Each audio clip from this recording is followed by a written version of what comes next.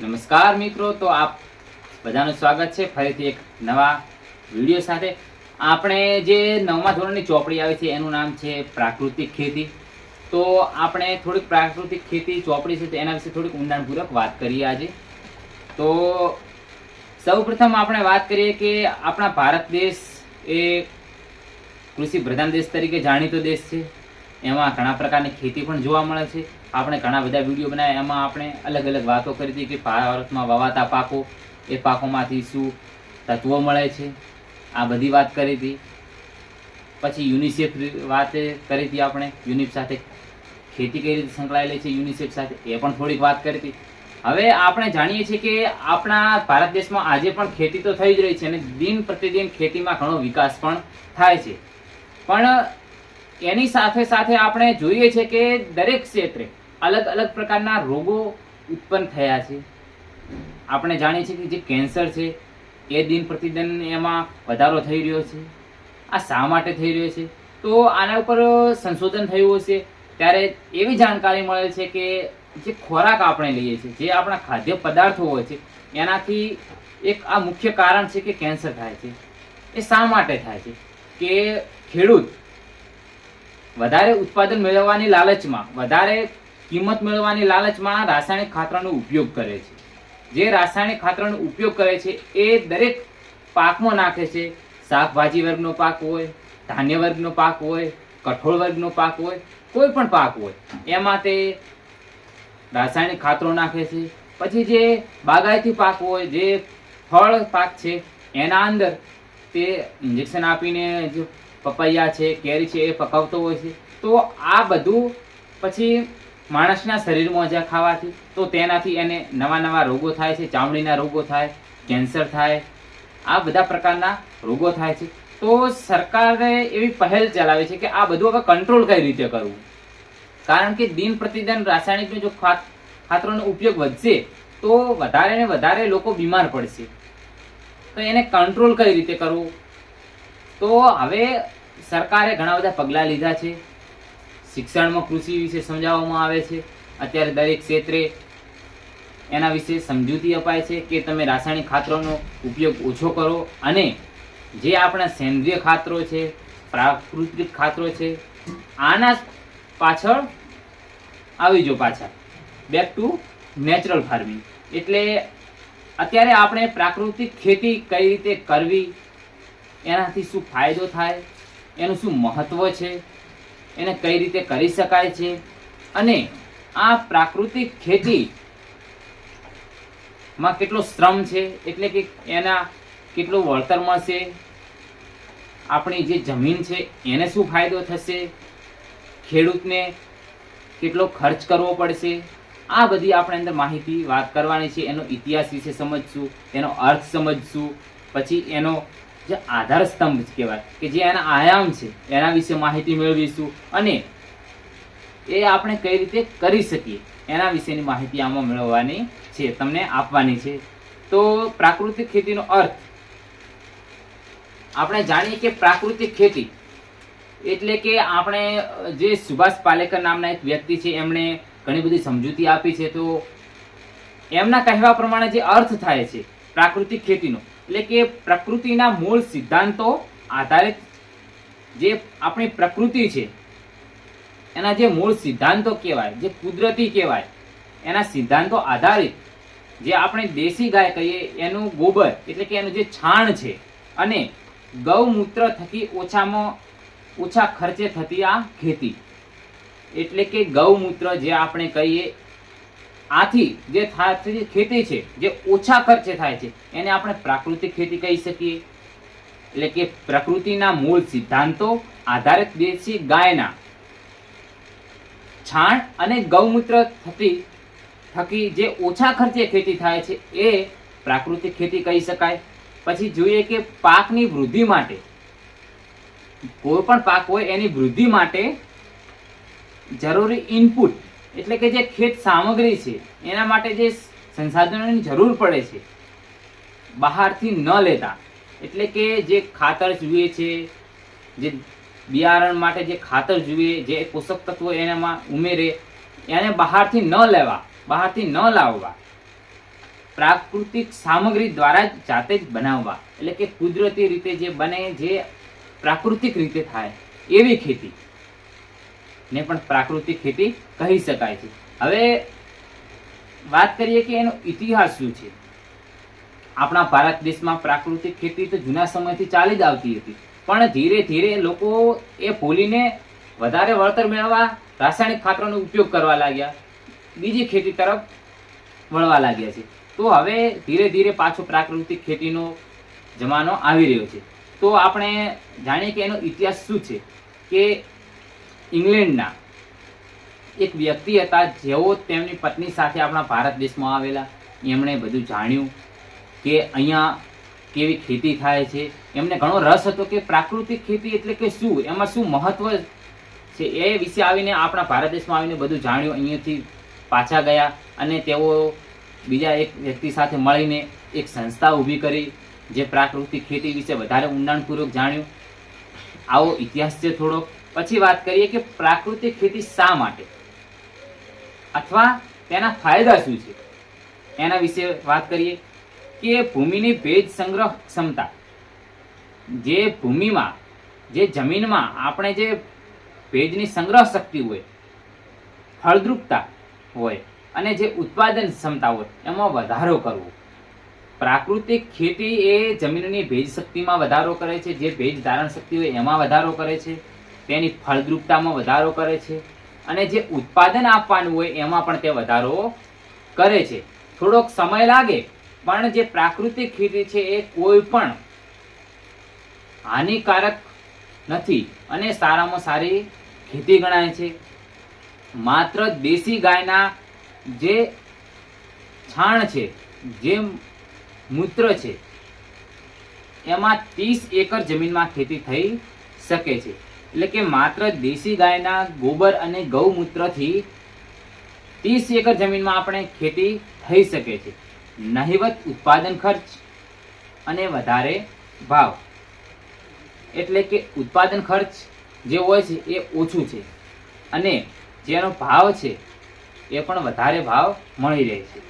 પાણીની બચત, એમાં પાણીની પણ ખૂબ જ બચત થાય છે.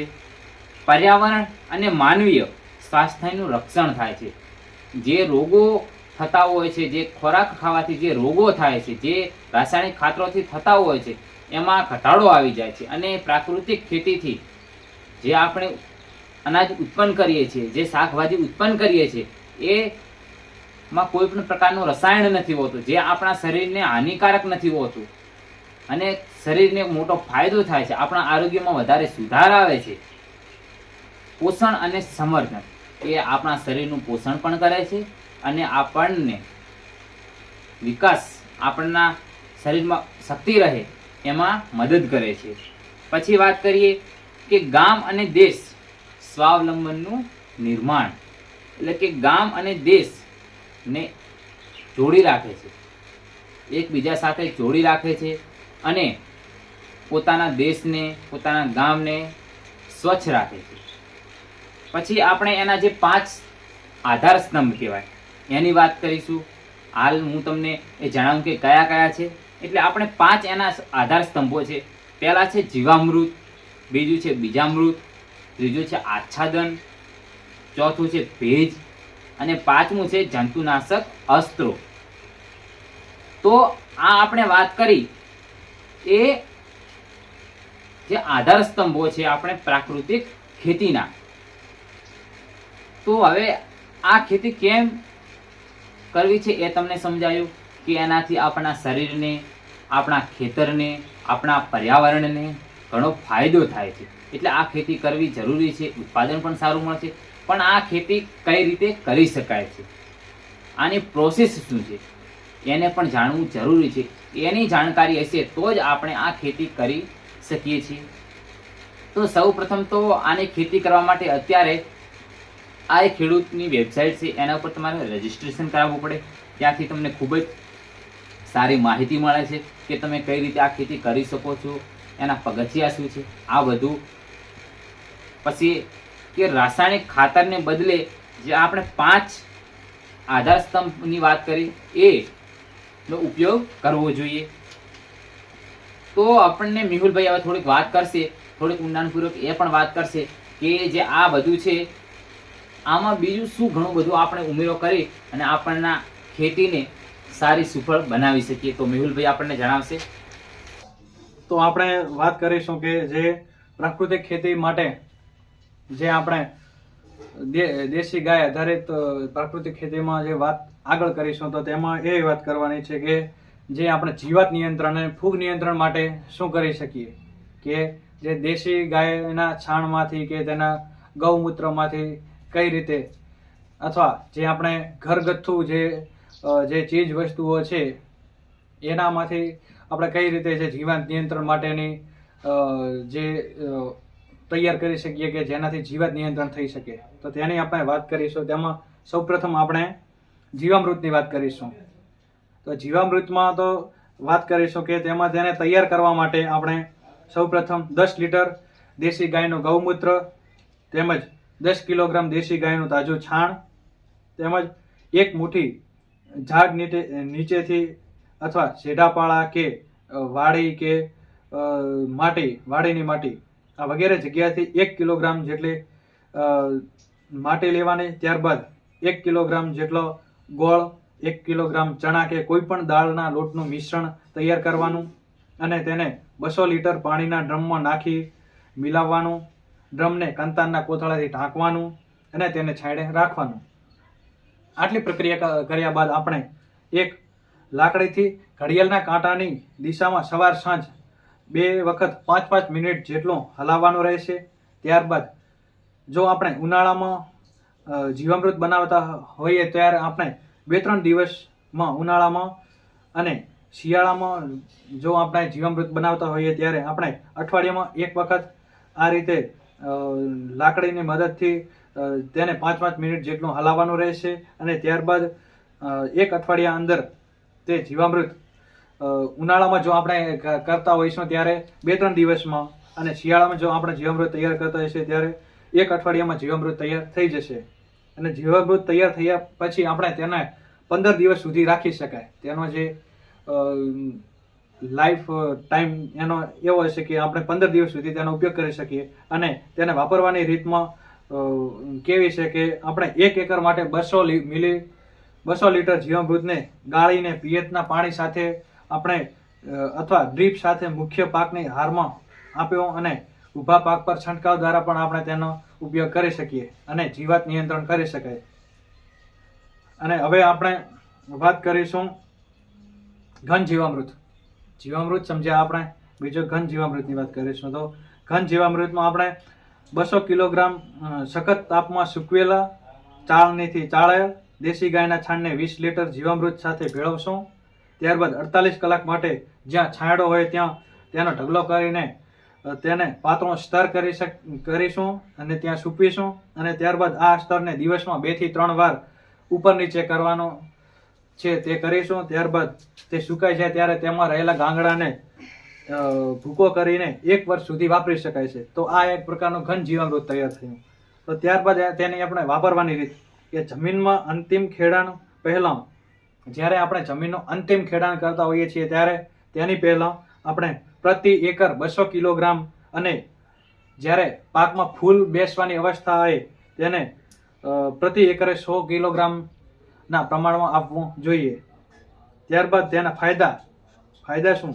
તો ઘન જીવામૃત આપવાથી જીવાણુની સંખ્યા ઝડપથી વધી જાય છે અને હ્યુમસ એટલે કે ભેજનું પ્રમાણ ઝડપથી નિર્માણ પામે છે. ત્યારબાદ સુષુપ્ત અળસિયા જે હોય છે જમીનમાં રહેલા તે સક્રિય થાય છે અને અલભ્ય એટલે કે જમીનને જે મળ્યો નથી તેવો પોષક તત્વો તેને સુલભ બને છે અને તેને લભ્ય સ્વરૂપમાં ફેરવીને તેને છોડના મૂળને પ્રાપ્ત કરાવે છે. ત્યારે છોડની રોગપ્રતિકારક શક્તિમાં વધારો થાય છે અને જેનાથી નાઇટ્રોજનની ઉપલબ્ધિ વધે છે. ત્યારબાદ આપણે આગળ વાત કરીએ કે જે જીવાત નિયંત્રણ માટે જે 3 અસ્ત્ર બનાવવામાં આવે છે. અસ્ત્ર એટલે કે કોઈ કહેવાના યંત્રો બીજા નહીં, આપણે સમજીશું કે યંત્રો. અસ્ત્ર એટલે આપણે જે પ્રાકૃતિક ખેતી, દેશી ગાય આધારિત પ્રાકૃતિક ખેતી કરવાની છે તો તેમાં આપણે ઘરગથ્થુ ચીજ વસ્તુઓમાંથી કઈ રીતે આપણે તેને જીવાત નિયંત્રણ માટે અસ્ત્રો બનાવી શકીએ. તો તેમાં મુખ્ય 3 અસ્ત્રો છે, જેમાં સૌપ્રથમ નિમાસ્ત્ર, અગ્નિઅસ્ત્ર અને બ્રહ્માસ્ત્ર. તો તેમાં આપણે સૌપ્રથમ નિમાસ્ત્રની વાત કરીએ તો નિમાસ્ત્ર બનાવવા માટે આપણે શું શું સામગ્રી જોઈશે.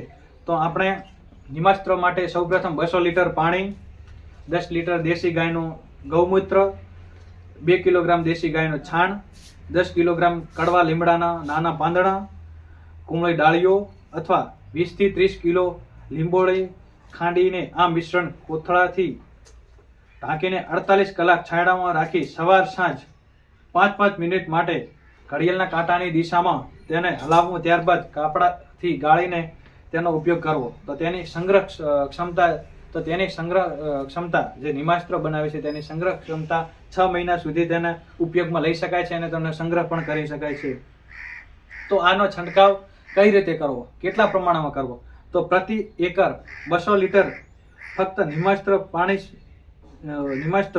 પાણી ભેળવવાનું નથી, પાણી ભેળવા વગર સીધો જ છંટકાવ કરવો. તો આ છંટકાવમાં કેવું છે કે આપણે ઘણીવાર કોઈ પણ પ્રકારની જે દવાઓ કે જે તેનો છંટકાવ કરતા હોઈએ તેને પાણી સાથે ભેળવીને છંટકાવ કરતા હોઈએ છીએ, પણ આપણે નિમાસ્ત્રને આપણે ફક્ત પાણી સાથે ભેળવા વગર તેને જે સ્વરૂપમાં છે તે સ્વરૂપમાં જ આપણે તેને પ્રતિ એકરે 200 લીટર નિમાસ્ત્ર તેનો સીધો જ છંટકાવ કરવાનો રહેશે. તેમાં કોઈ પણ પ્રકારનું પાણીનો ભેળવવાનું રહેશે નહીં. ત્યારબાદ આપણે બીજો અસ્ત્ર એટલે કે અગ્નિઅસ્ત્ર. તો જીવાત નિયંત્રણ માટે આપણે અગ્નિઅસ્ત્રની વાત કરીએ તો તેમાં 20 લીટર દેશી ગાયનું ગૌમૂત્ર, 2 કિલોગ્રામ કડવા લીમડાના પાનની ચટણી, ત્યારબાદ 500 ગ્રામ તીખા મરચાંની ચટણી, ત્યારબાદ 250 ગ્રામ દેશી લસણની ચટણી, ત્યારબાદ 500 ગ્રામ તમાકુનો પાવડર, ત્યારબાદ 500 ગ્રામ આદુની ચટણી. હવે આ મિશ્રણ જે આપણે બનાવ્યું છે તો તેને ઓગાળીને ઢાંકીને ધીમા તાપે એક ઉભરો આવે ત્યાં સુધી ગરમ કરી ઠંડુ પડવા દેવું. તો ત્યારબાદ તેને 2 દિવસ સુધી સવાર સાંજ 5-5 મિનિટ ઘડિયાળના કાંટાની દિશામાં હલાવો અને કપડાની મદદથી ગાળીને તેનો ઉપયોગ કરવો જોઈએ. તો આ અગ્નિઅસ્ત્ર જે તૈયાર થયા તેને અગ્નિઅસ્ત્ર કહેવામાં આવે છે. તો આ અગ્નિઅસ્ત્રની સંગ્રહ ક્ષમતા 3 મહિના સુધી, આ અગ્નિઅસ્ત્રને આપણે 3 મહિના સુધી સંગ્રહ પણ કરી શકીએ છીએ અને 3 મહિના સુધીમાં આપણે ઉપયોગમાં પણ લઈ શકીએ છીએ. તો તેનો છંટકાવ કઈ રીતે કરવો? તો તેના છંટકાવને તેને પ્રતિ એકરે 200 લીટર પાણી અને 6 થી 8 લીટર અગ્નિઅસ્ત્ર. આ અગ્નિઅસ્ત્ર છે તેને સીધો છંટકાવ ન કરવો જોઈએ, તેના બદલે આપણે તેની સાથે 200 લીટર પાણી અને 6 થી 8 લીટર અગ્નિઅસ્ત્ર સાથે મિશ્રણ કરીને તેનો છંટકાવ કરવો જોઈએ.